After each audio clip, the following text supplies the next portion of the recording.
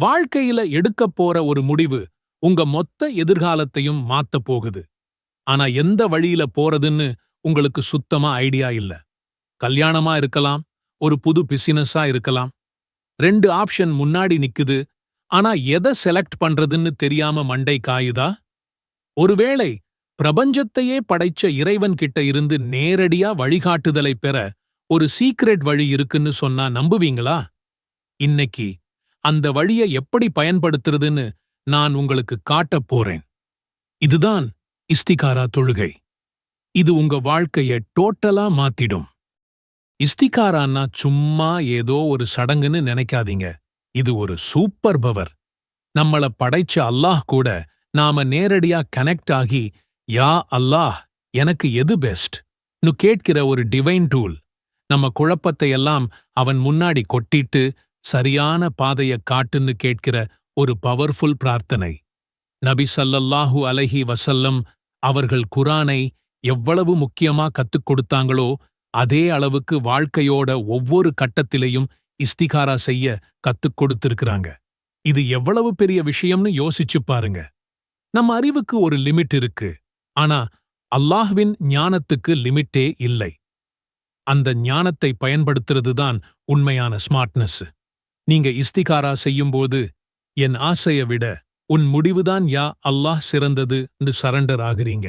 இது உங்க ஈமானை, உங்க நம்பிக்கையை ராக்கெட் வேகத்துல அதிகப்படுத்தும். அப்போ கிடைக்கிற மன அமைதிக்கு ஈடு இணை எதுவுமே இல்லை. சரி, இந்த பவர்ஃபுல் தொழுகையை எப்படி செய்யறதுன்னு இப்போ ஸ்டெப் பை ஸ்டெப்பா பார்க்கலாம். இது நீங்க நினைக்கிறத விட ரொம்ப சிம்பிள். எப்பவும் போல சுத்தமா உழு செஞ்சுக்கோங்க. இந்த தொழுகையை எப்போ வேணும்னாலும் தொழலாம். ஆனா தடை செய்யப்பட்ட நேரங்களை மட்டும் தவிர்த்திடுங்க. ஃபர்லான தொழுகை இல்லாத சுன்னத்தான 2 ரகத் தொழுவணும்.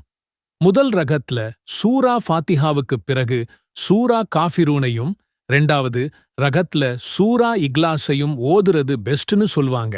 ஆனா இது கம்பல்சரி இல்லை. தொழுகையை முடிச்சதும் கைகளை ஏந்தி நபி ஸல்லல்லாஹு அலைஹி வஸல்லம் அவர்கள் சொல்லிக் கொடுத்த இந்த மேஜிக்கல் துஆவை மனசு உருகி ஓதணும். اللهم إني أستخيرك بعلمك وأستقدرك بقدرتك وأسألك من فضلك العظيم فإنك تقدر ولا أقدر وتعلم ولا أعلم وأنت علام الغيوب. اللهم إن كنت تعلم أن هذا الأمر خير لي في ديني ومعاشي وعاقبة أمري، أو قال عاجل أمري وآجله، فاقدره لي ويسره لي ثم بارك لي فيه. وإن كنت تعلم أن هذا الأمر شر لي في ديني ومعاشي وعاقبة أمري، أو قال في عاجل أمري وآجله، فاصرفه عني واصرفني عنه واقدر لي الخير حيث كان ثم أرضني. யா அல்லாஹ், உன் அறிவைக் கொண்டு நான் பெஸ்டை கேட்கிறேன். உன் சக்தியைக் கொண்டு நான் உதவி கேட்கிறேன். உன் பிரம்மாண்டமான அருளைக் கேட்கிறேன். நீதான் எல்லாத்துக்கும் சக்தி உள்ளவன். எனக்கு எந்த சக்தியும் இல்ல. நீதான் எல்லாம் தெரிஞ்சவன். எனக்கு எதுவும் தெரியாது. மறைவானது எல்லாமே உனக்குத்தான் தெரியும். யா அல்லாஹ், இந்த விஷயம் உங்கள் தேவையை நினைக்கவும், என் மார்க்கம், என் வாழ்க்கை, என் எதிர்காலத்துக்கு நல்லதுன்னு உனக்குத் தெரிஞ்சா அதை எனக்குக் கொடு. அதை சுலபமாக்கு. அதுல எனக்கு பறக்கச் செய். ஒருவேளை இந்த விஷயம் எனக்கு கெட்டதுன்னு உனக்குத் தெரிஞ்சா அதை என்கிட்ட இருந்து தூரமாக்கிடு. என்னையும் அது கிட்ட இருந்து தூரமாக்கிடு. நல்லது எங்க இருந்தாலும் அதை எனக்கு கொடுத்து அதுல என்னை திருப்தி அடையவை. இஸ்திகாரா செஞ்சா கனவுல பச்சை கலர்ல இல்ல, சிகப்பு கலர்ல ஏதோ வரும்னு காத்திருக்கிறது நபி வழியே கிடையாது. ராங். பதில் கனவுல வரணும்னு எந்த கட்டாயமும் இல்லை. தொழுகைக்குப் பிறகு உங்க மனசு எந்த முடிவை நோக்கிப் போகுதோ, எந்த வழி உங்களுக்கு ஈஸியா திறக்குதோ அதுதான் அல்லாஹ்வின் பதில். ஒரு விஷயத்தைச் செய்யற ஆர்வம் அதிகமாகலாம், அல்லது ஒரு விஷயத்தை விட்டு விலகணும்னு தோணலாம். இதுதான் உண்மையான க்ளூ. ஒரு தெளிவு கிடைக்கிற வரைக்கும் நீங்க திரும்பத் திரும்ப இஸ்திகாரா செய்யலாம். இதுக்கு நாள் கணக்கு எதுவுமே கிடையாது. மனசுல அமைதியும் ஒரு தெளிவான டைரக்ஷனும் கிடைக்கிற வரைக்கும் தொழுறதுல எந்த தப்பும் இல்லை. சோ, இனிமே உங்க வாழ்க்கையில ஒரு பெரிய முடிவெடுக்க வேண்டிய நிலைமை வந்தா டென்ஷன் ஆகி குழம்பி நிக்காதீங்க. உங்க ரப்பிடமே போங்க. உங்க வாழ்க்கையில இருக்கிற எல்லா கஷ்டத்தையும் ஒரே ஒரு விஷயத்தை வச்சு சரி பண்ண முடியும்னு சொன்னா நம்புவீங்களா? நான் சொல்றது உங்க கடன், உங்க மன அழுத்தம், உங்க பயம் எல்லாமே காலி. இன்னைக்கு குர்ஆனோட ஒரு ரகசியத்தை உடைக்கப் போறோம். அதுதான் சூரா யாசீன். இது வெறும் பேச்சு இல்லைன்னு நிரூபிக்க அடுத்த சில நிமிடங்கள் மட்டும் இந்த வீடியோவை பாருங்க. உங்க வாழ்க்கை மொத்தமா மாறப்போகுது. குர்ஆனோட இதயம்னு இத சும்மா சொல்லலை.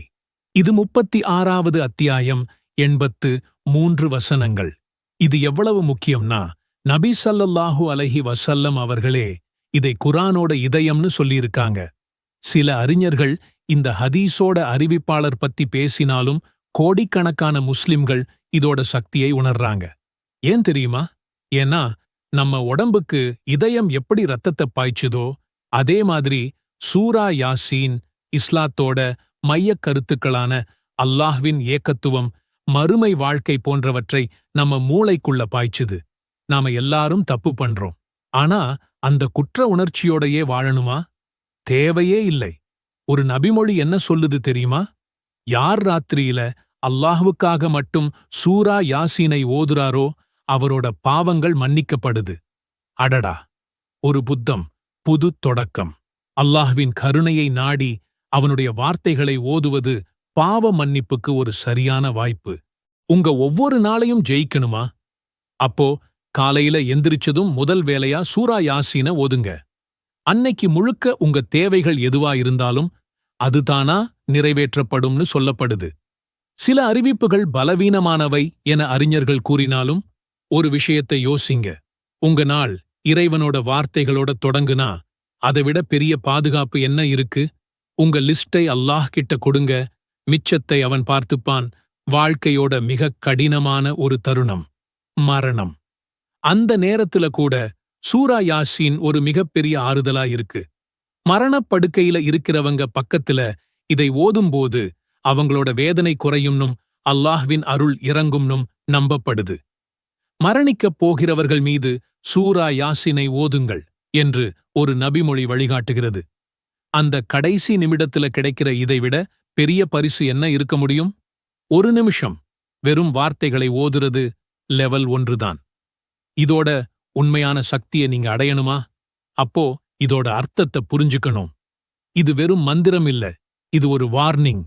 ஒரே ஒரு இறை தூதரை நம்பாத காரணத்துக்காக ஒரு ஊரே அழிக்கப்பட்ட கதை இதுல இருக்கு.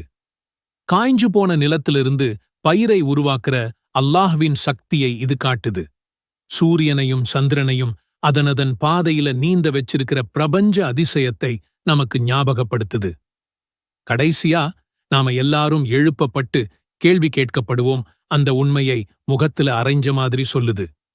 ஆக சூரா யாசீன் ஒரு சாதாரண அத்தியாயம் இல்லை. பாவ மன்னிப்பு, தேவைகள் நிறைவேற, கஷ்டமான நேரத்துல ஆறுதல் கிடைக்க எல்லாமே இதுக்குள்ள இருக்கு.